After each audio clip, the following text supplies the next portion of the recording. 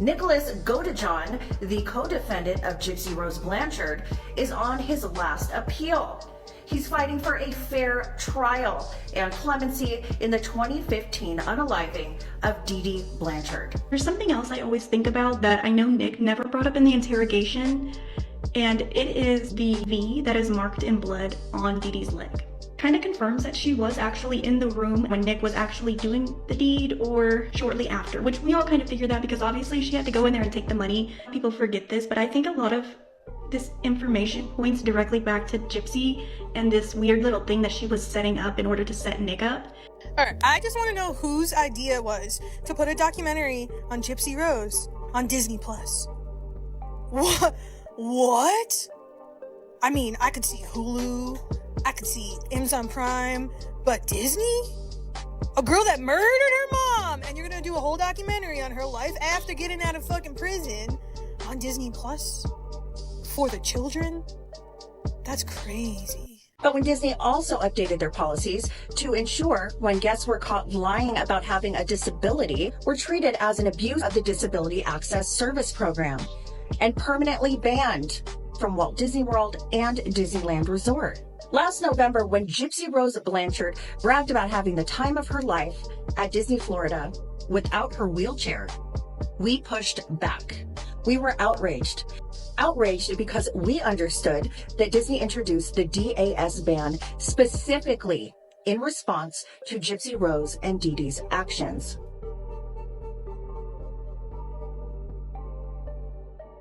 Gypsy Rose Blanchard is back in the spotlight, but this time, the controversy isn't just about her past. It's about how the media keeps turning her into a celebrity.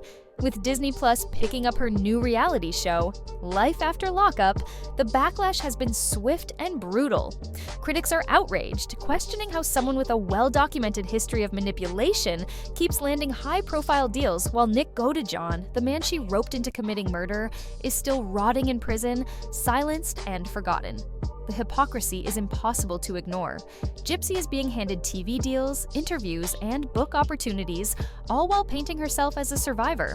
But what about Nick, a man with autism, manipulated into carrying out the crime, now serving life in prison with no cameras, no lucrative contracts, and no sympathetic narratives? Why is the media so eager to rewrite Gypsy's story while ignoring his? This isn't the first time Gypsy has benefited from deception. Long before her mother's murder, she and Dee Dee scammed their way into multiple free Disney World trips, exploiting charities meant for terminally ill children. VIP treatment, skipping lines, exclusive experiences, all under the guise of a lie. And now, in a bizarre full-circle moment, she's once again linked to Disney, this time not as a fraud, but as a paid reality star. So, what does this say about our obsession with true crime figures? Are we witnessing the glorification of a con artist while the man she manipulated is erased from the story? And more importantly, why is Hollywood and now Disney cashing in on it? Let's break it all down.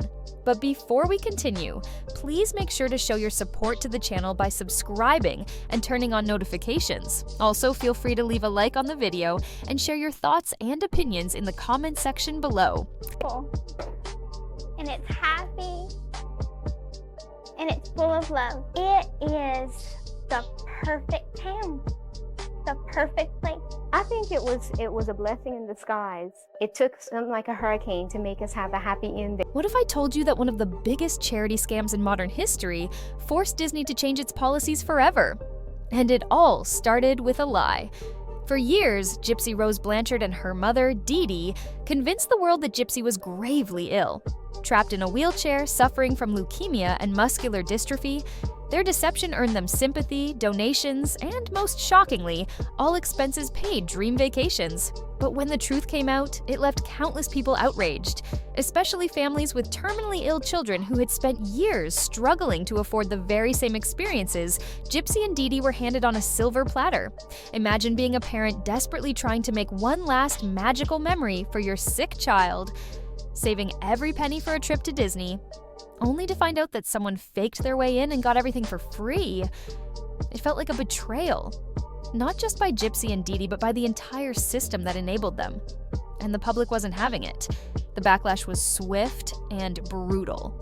People demanded answers, How could a massive corporation like Disney, known for its meticulous security, have been fooled so easily? Under pressure, Disney finally responded, tightening its policies to prevent future exploitation. A new rule was put in place, making it crystal clear. Anyone caught lying about a disability to gain access to special programs would be permanently banned. The change was meant to ensure that those who truly needed assistance weren't pushed aside by scammers looking for a free ride. But this case left behind an uncomfortable question, one that still lingers today. If Gypsy and Dee Dee got away with it for so long, how many others have done the same? And how many real families have suffered because of it? Gypsy Rose is infamous for feigning disability and mistruthing about her age to gain the benefits that Disneyland offers to special needs. She also told staff on her last visit of March 2015 that she was a Make-A-Wish star and that it was her birthday to ensure she received VIP treatment. This is usually reserved for celebrities, people living with permanent disabilities, and life-threatening illnesses.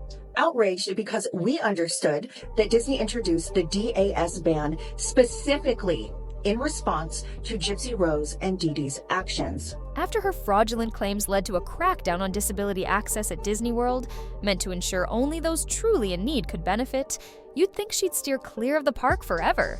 Yet last year, Gypsy strolled right back in, completely unbothered and facing zero consequences. No apology, no reflection, just gleeful posts about how much fun she had. There was no acknowledgement of the policy changes she single-handedly influenced. No remorse for taking advantage of a system designed to help real disabled children. Instead, she flaunted her trip like she had never been the reason for the restrictions in the first place. The question now is, should there have been consequences, or has the world already moved on? Anyway, people are saying she's permanently banned from Disney World. Well, currently, I'm at Disney World, and I have asked several cast members, because the people on TikTok said, well, several cast members have posted that she's permanently banned from Disney World. Disney Plus once distanced itself from Gypsy Rose Blanchard's story. Now, they're cashing in. The same company that steered clear of the controversy is suddenly willing to profit off her name, and fans are calling it the ultimate slap in the face. But the real outrage? It's not just about Disney, it's about her. Why does Gypsy keep getting away with it? For years, she's had endless opportunities to shape her story, paint herself as a victim, and reclaim her life. Meanwhile, one person who played a crucial role in it all has been completely ignored: Nick Godejohn. In a rare interview, he broke his silence, revealing just how sidelined he feels watching Gypsy continue to control the narrative, while his own voice is drowned out. He described the overwhelming frustration of seeing her dominate headlines, shape public perception, and receive sympathy, while his own struggles and experiences are erased from the conversation. So, is Gypsy just playing the game better than everyone else? Or is there something deeper at play? Something that keeps the spotlight only on her, while those left in the wreckage of her past are forgotten? The reason I've agreed to do this interview was because when I noticed that my ex-co-defendant, Gypsy Blanchard, got a lot of attention, as she did, and she just kept on getting more and more attention. I felt that it's been tipped in one side of a scale to where I really wasn't getting much coverage. I wasn't being able to actually be able to voice my opinion. I wasn't able to let everyone know what I truly feel. I just know that she knows. She knows that I've taken the responsibility for mine already. I still have feelings for her, and of course I will always have feelings for her, but every human being needs to grow and learn from their mistakes, and I feel that's where me and her both are right now. We're learning from this mistake that we've both made. I mean, the way she was raised, no woman should ever, no child for that matter, should ever have to be raised that way. I did feel that she was not taking responsibility for her actions, but at the same time, due to the way I know she was raised, I can't blame her. I can't. That, and along with my religion, with being a Christian, I know I'm not supposed to judge, so I'm not going to judge. It's just not part of who I am. I just won't do it. Nick has never denied what he did. From the moment he was caught, he took full responsibility. But the real question isn't whether he did it, it's whether he truly had a choice. His autism and the way Gypsy Rose Blanchard manipulated him should have been a factor in his sentencing. And honestly, he might have a point. Throughout their relationship, Gypsy carefully crafted a persona of helplessness, convincing Nick that he was her only way out. She painted herself as a victim in desperate need of a savior, playing into his deep desire to protect and be needed. His condition made him especially vulnerable to this kind of emotional and psychological influence, blurring the lines between love, loyalty, and obligation. But when the justice system came down on him, none of that seemed to matter. Instead of recognizing the complexities of his mental state, the courts treated Nick as if he had complete control over his actions, as if he was fully capable of making rational decisions without manipulation clouding his judgment. But was that really the case? Or was he another victim in a twisted story where everyone lost? Let me know what you think in the comment section below. She was actually in the room when Nick was actually doing the deed or shortly after, which we all kind of figured that because obviously she had to go in there and take the money. People forget this, but I think a lot of this information points directly back to Gypsy and this weird little thing that she was setting up in order to set Nick up. You know, the same as throwing away only one glove in the trash, you know, just for them to find, mailing the knife, all of these various things. And I know Nick never brought it up and he never mentioned it one time. I just don't feel like in that moment he was really thinking about all of that. I know although he was taking on that persona of Victor and all of that, obviously it could have just been an accidental thing, but I think with the way that Gypsy sets up these narratives, kind of how whenever she was talking in her book about how her mom suffered with depression and all of these mental illnesses and various other things, she said that her mom had the word pain carved into her arm as like a self-harm type of thing. Set Nick up even more. I think she was doing all of these things so deliberately and precisely in order to create the narrative that she wanted to frame Nick. In a stunning turn of events, Nick's father is speaking out after the court denied his son's appeal, revealing shocking details about his trial that could have changed everything. Nick's father is now publicly questioning the court's decision to dismiss his son's appeal, even after powerful testimony from a leading neuropsychologist specializing in autism spectrum disorder, ASD. The expert made it clear that Nick's condition made him especially vulnerable to manipulation, a crucial detail that the court chose to ignore. According to the psychologist, Gypsy Rose's influence over Nick wasn't just a matter of persuasion, it was something far more insidious. This testimony, highlighting Nick's inability to fully comprehend the consequences of his actions, was dismissed, leaving many wondering if justice was truly served. Could this oversight change the way we look at the case? Exuded just wild enthusiasm and gratefulness. Gypsy's demeanor didn't strike me as potentially unusual simply because I knew ahead of time that she had what was described as a developmental delay. I'm used to seeing parents being really resilient. Dee Dee was no different. For Nick, the legal system failed him from the start. His father, devastated by the outcome, was vocal about how the justice system ignored Nick's unique cognitive and social challenges that come with autism, but in the eyes of the law, none of that mattered. Instead of the jury hearing expert testimony that could have made a difference, Nick was handed a life sentence without parole. Meanwhile, Gypsy, the mastermind behind it all, walked free after just a few years behind bars. It's a case that leaves many wondering, is this justice? As the years went on, Gypsy became a media sensation. She was given interviews, even her own reality show, to share her perspective with the world. Nick, on the other hand, remains locked away, unable to tell his side of the story. The public was quick to accept the reality that Gypsy had gained her freedom, but Nick's silence only added fuel to the fire. Now, with Disney backing her story in a new show, Life After Loeb, the frustration over the case has reached a boiling point. It's no longer just about Gypsy's freedom. It's about the way the media continues to portray her as a misunderstood figure, rather than someone who played a direct role in planning a brutal crime.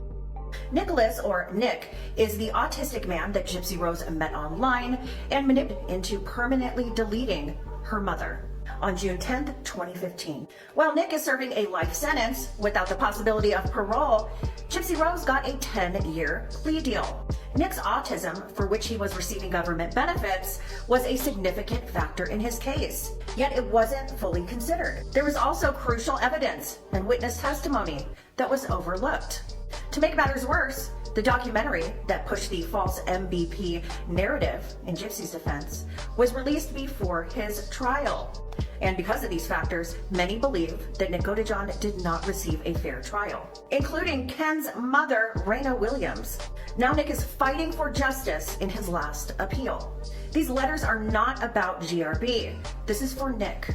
This isn't for us to speculate what should or shouldn't happen. This is for the law to decide. There is only 1 day left to send these support letters. They're asking that they are clear, concise, and personal. For decades, Disney has been seen as the family-friendly entertainment giant, a company built on wholesome values and trust. So why would they attach themselves to someone with such a dark and controversial past? A person who, let's not forget, was convicted in the brutal planning of her mother's murder? The decision to stream Life After Loeb raises major ethical concerns, suggesting that Disney is willing to overlook its own brand values for the sake of profit and viewership. By choosing to give Gypsy another platform, Disney is sending a clear message. Her story is worth glorifying. And in doing so, they're completely ignoring the ethical implications of their decision.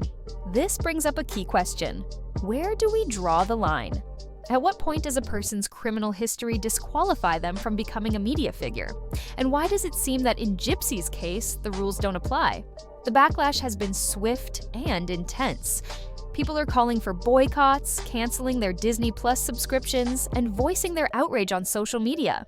Critics argue that Disney is prioritizing profit over principles, enabling Gypsy's behavior rather than holding her accountable. Some even fear this could set a dangerous precedent, where individuals who've committed serious crimes can simply reshape their narratives through media deals and escape lasting consequences. As the controversy continues to grow, Disney's reputation is being called into question. After the release of Life After Lockup on Lifetime, rumors circulated that Disney had canceled any future seasons of the show. People started to think, finally, Gypsy might face some consequences. But with the media frenzy showing no signs of slowing down, one thing is clear: Gypsy's narrative is far from over. But it's alleged by a family member.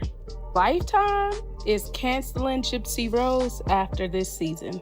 He wants people to believe that she's saying it's over, she doesn't want to be filmed.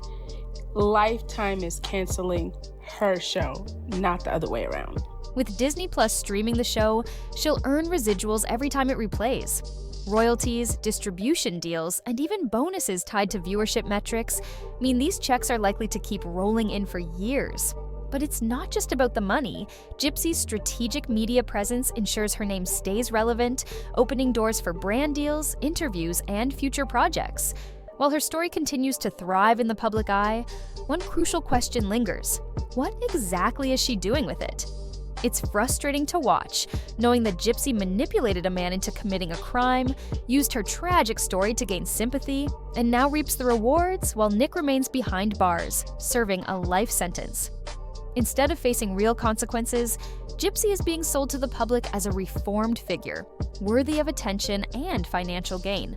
Media companies are actively supporting this narrative, as if she's turned the page, when in reality, she's using the story of her own crime as a springboard for fame and fortune. The most troubling part? This isn't just about one show. It's about the commodification of true crime, where perpetrators like Gypsy can rewrite their stories for profit, while the real consequences of their actions are either minimized or completely ignored. Meanwhile, Nick's life is reduced to a footnote, his voice all but silenced. His story is largely untold, and the spotlight that should have been shared between the two of them is almost entirely focused on Gypsy. She's given platform after platform to control the narrative, while Nick remains excluded from the conversation entirely. This imbalance raises some serious questions. Are we watching a real reformation, or is this just a dangerously misleading narrative crafted for profit? Disney, with its massive platform, seems to be leaning into the idea of Gypsy as a woman who overcame adversity, but the reality is far more complicated. Gypsy has never truly been held accountable for her role in the crime. Instead, she's capitalized on it, turning her personal tragedy into an entertainment commodity. Her story is packaged and sold, while any meaningful responsibility for what happened is sidestepped. So, what is the true cost of turning crime into entertainment? What happens when we turn a blind eye to accountability in favor of perpetuating a sensationalized, profitable story? In the case of Gypsy Rose Blanchard, it seems the answers are less about justice and more about keeping a story alive, at any cost. The images of an adult Gypsy Rose flaunting her ill-gotten gains and privileges while disabled children, terminally ill children, went without a once-in-a-lifetime experience made me It outraged a lot of people when she boasted about having the time of her life in Disney, Florida without her wheelchair. Because in March 2015, she knew she could walk freely around those attractions. She also knew that within a few months of that trip, her mother would be brutally deleted if all went well with her plan.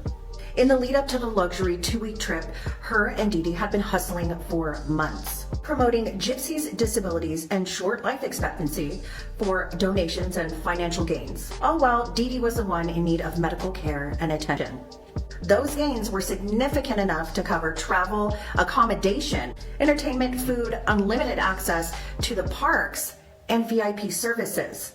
The churches, charities, and people who donated to these funds were completely unaware of the fraud. They believed the partners in crime were genuinely deserving of their support and generosity. Dee Dee may have pushed Gypsy through the doors of the park in her wheelchair, but it wasn't by force. Disney has long been the symbol of wholesome values, but their recent support of Gypsy Rose Blanchard's comeback on life after lockup has turned heads for all the wrong reasons. Fans and critics alike are outraged at what seems to be an endorsement of someone involved in one of the most disturbing crimes in recent memory. The issue isn't just about her comeback, it's about what Disney's decision says about the company's priorities and the message they're sending to their audience. Is this a case of a victim finding a new life, or is it a dangerous normalization of something far more sinister? The backlash has been intense. While Gypsy once garnered sympathy as a victim of abuse, her involvement in her mother's death complicates that narrative. Last November, she proudly shared about her amazing time at Disney World without her wheelchair, leading many to question her motives. Is this just a savvy move to play the victim card, or is it part of a much larger, darker trend within the entertainment industry? And why does her media presence continue to be glorified when so many feel she's playing a game with the public's emotions? But the controversy doesn't stop at Gypsy. This isn't just about one woman's rise to fame, it's a troubling pattern within the entertainment world. Are we seeing a shift where people with horrific pasts are rebranded as inspirational figures simply because their stories make for compelling television? As Disney and other media companies thrive on sensational narratives, the line between entertainment and ethics becomes dangerously blurred. Masterminded it, got 10 years, and she took advantage of him who is of diminished capacity, and he's doing life. That would be an example. Or I saw something online where it is clear that Gypsy said that she manipulated Nick. You cannot speculate. Please do not speculate. Do not bash Gypsy. Do not make his letter that. Make his letter about why you feel he should be granted clemency, because that's the only thing that he's going to be able to get out on, apparently. Should we forgive the past of someone involved in a crime just because their story is captivating? This debate goes beyond Gypsy's personal journey. It's about the ethics of entertainment in general. Should companies profit from the pain of others, especially when it comes to tragic, real-life events? By amplifying her story, Disney is not just allowing Gypsy to tell her side, it's endorsing a version of events that many feel misrepresents the truth and downplays the very real consequences of her actions. The public isn't just upset because Gypsy has a platform, they're frustrated because she's being celebrated without fully acknowledging her role in the crime. It feels like a dangerous precedent is being set, one where media exposure seems to absolve people of their past sins. As Gypsy's media presence continues to grow, the families of victims, along with those who believe in true justice, feel overlooked. It's not that Gypsy shouldn't have a voice, it's that she's being rewarded for actions that should have serious consequences. There's a growing sense that fairness is being ignored. The truth about Gypsy's involvement in her mother's death is often glossed over, and it's becoming increasingly clear that media companies like Disney are willing to glorify her for the sake of entertainment. This raises a larger question. Should they be allowed to profit from her story while many feel that justice has not been served? So, what do you think? Should Disney face the backlash for giving Gypsy a high-profile platform, or are people overreacting to the story behind her comeback? We want to know your thoughts. Drop a comment below and let's discuss. And if you're not already subscribed, make sure to hit that button to stay updated on this ongoing story.